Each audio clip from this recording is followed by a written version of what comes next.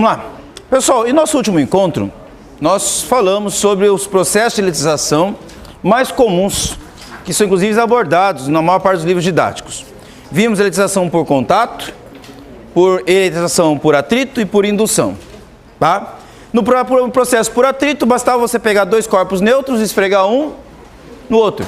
Um deles perdia elétrons, enquanto o outro ganhava elétrons. Quem perdia elétrons ficava eletrizado positivamente.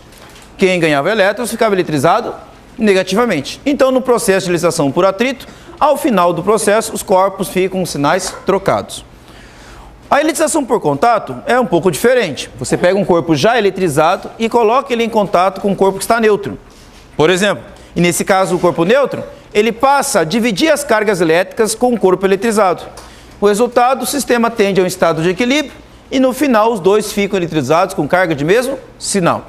Então um corpo positivo deixa um corpo neutro também eletrizado positivamente. Já um corpo negativo deixa um corpo neutro eletrizado também negativamente. Mas os dois corpos, ao final, tendem a ficar no estado de equilíbrio. Chamamos esse estado de equilíbrio eletrostático. A terceira forma que nós vimos, chamada eletrização por indução, nesse caso, um corpo eletrizado ele é aproximado de um corpo neutro. Essa aproximação polariza o corpo neutro, fazendo com que um lado dele fique positivo e o outro lado fique negativo. O primeiro corpo eletrizado ele é chamado de indutor. Então, se o indutor, por exemplo, for positivo, ele polariza o corpo induzido ao lado dele, ficando negativo e do outro lado positivo. Resultado, esse corpo polarizado, ele pode ganhar elétrons ou perder elétrons para um terceiro corpo neutro na jogada. O resultado, esse terceiro corpo neutro, ele pode fornecer elétrons para esse segundo corpo e o segundo corpo que estava neutro passa a ganhar elétrons e fica eletrizado negativamente. Ou, se o indutor for negativo, ele polariza o contrário agora, do lado do induzido, o lado do negativo, o lado positivo, e do lado contrário, o lado negativo. Se você ligar um terceiro corpo, esse polo negativo perde elétrons. E aí o corpo que estava neutro, perdendo elétrons, fica eletrizado positivamente. Então, no processo por indução, ao final do processo, os dois corpos ficam eletrizados com carga de sinais opostos. Então, das três formas que nós vimos, a única forma de eletrização em que os corpos ficam com sinais iguais é eletrização por contato. Porém, existe uma quarta forma de eletrização que pode ser cobrado em muitas provas de vestibulares por aí. Essa quarta forma é chamada eletrização por efeito fotoelétrico. Ou seja, de que maneira um corpo pode ficar eletrizado dessa forma? Através da ação da luz. Foto significa o quê? Luz. Então, a eletrização por efeito fotoelétrico significa que nós podemos deixar um corpo eletrizado a partir da incidência de luz sobre ele. Não é qualquer luz que dá o efeito fotoelétrico com facilidade. Tá? Existem algumas radiações que são mais fáceis de observar esse tipo de efeito. Por exemplo, a luz azul pode produzir efeito fotoelétrico com facilidade, a luz violeta e a luz ultravioleta. Inclusive o raio-x, que é um tipo também de luz que nossos olhos não veem, assim como o ultravioleta, que também pode produzir o efeito fotoelétrico. Nesse caso, como é que ocorre a eletrização? Bom, aí nós temos que voltar à teoria atômica.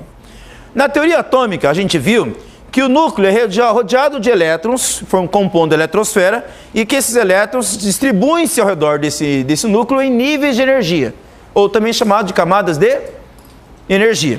As camadas mais internas têm menos energia, as camadas mais externas têm mais energia. E aí o que acontece? O elétron ele pode saltar de uma camada para outra. Por exemplo, de uma camada menos energética, uma camada mais energética. De que jeito? Recebendo energia da luz. A luz pode fornecer uma certa quantidade de energia que nós chamamos de fóton, certo? Esse fóton, que é a quantidade de luz, que é a partícula de luz que vai atingir o elétron, contém uma certa quantidade de energia. Essa quantidade de energia, contida no fóton de luz, atinge o elétron. O que o elétron vai fazer com essa energia? Ele vai absorver.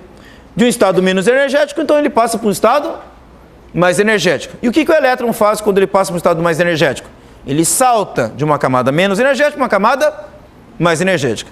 Porém, e se esse elétron já estiver na última camada do átomo, a chamada camada de valência, e ele recebe um fóton de energia altamente energético, tipo a luz azul, a luz violeta ou ultravioleta.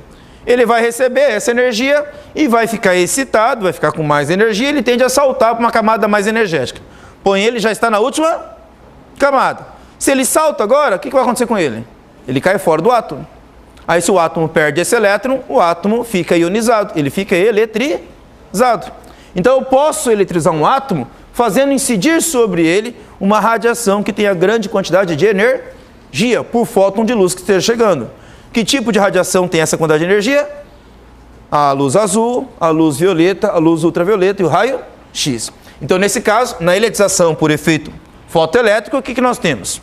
Tá? A radiação energética na cor azul, violeta, ultravioleta,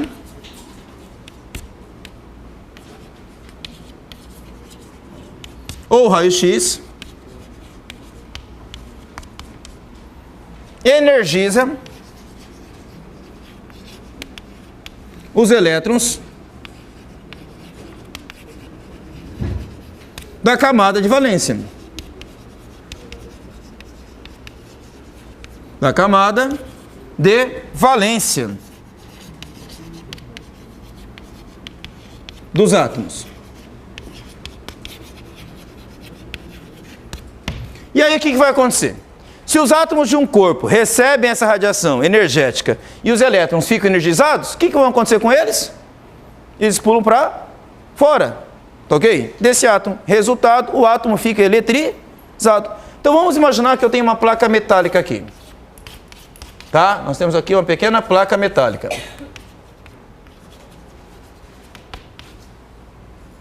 Você pode perguntar, por que uma placa metálica? Porque os metais, eles são materiais que têm grande facilidade de perder elétrons. Eles perdem elétrons com grande facilidade comparado aos não metais. Tá ok? Então os elétrons são fracamente ligados ao seu núcleo. O que acontece se eu irradiar aqui uma luz, por exemplo, ultravioleta?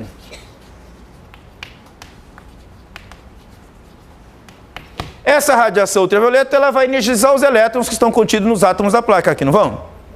Os elétrons já estão na camada de valência e, inclusive, eles podem se transitar com muita facilidade entre os outros átomos metálicos. E aí, como eles são fáceis de serem arrancados, o que acontece com eles? Eles pulam fora. Certo? Então, se o metal passa a perder elétrons, o que acontece com o metal? Ele fica eletrizado. Com carga de que sinal, se ele perde elétrons? Fica positivo. Aí, o metal passa a adquirir uma carga positiva. Então, eu posso deixar um corpo eletrizado, irradiando sobre ele o quê?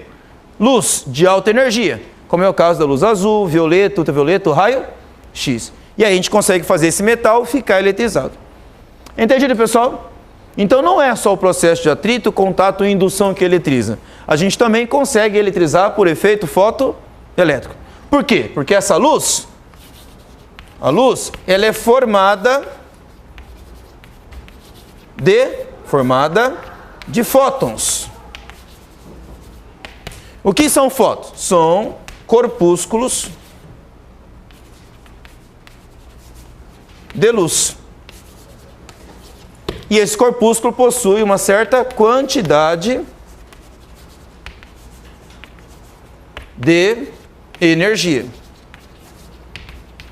Na física, a gente chama essa quantidade de energia que os fótons possuem pelo nome de quantum. Pelo nome de quantum.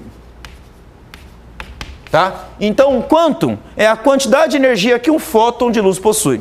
E se esse quantum é uma quantidade de energia suficiente para arrancar os elétrons, o que acontece com os elétrons? Eles caem fora. Então, imagina que eu tenho metal irradiado com luz ultravioleta. Chega um monte de fótons nesse metal. Cada metal possui um certo quanto de energia, certo?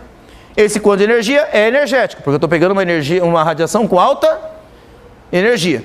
Ao irradiar esses elétrons, eles absorvem esse quanto de energia e fazem um salto. Só que como ele está na última camada, não tem mais camada para saltar, então ele pula fora do átomo. Aí o átomo fica eletrizado e, resultado, o metal fica eletrizado. Ok? Então, nesse sentido, todo material tá ok? Ele possui átomos e esses átomos possuem elétrons. Porém, os metais, eles têm elétrons fracamente ligados a esse núcleo. Irradiou-se luz, como a luz é formada de fótons, e esses fótons são pequenos corpúsculos de luz, certo? Esse corpúsculo possui uma certa quantidade de energia. Essa quantidade de energia eu chamo de quântum. Se esse quântum é uma quantidade relativamente suficiente para arrancar esse elétron, o elétron cai fora e aí o metal fica eletrizado. Ok?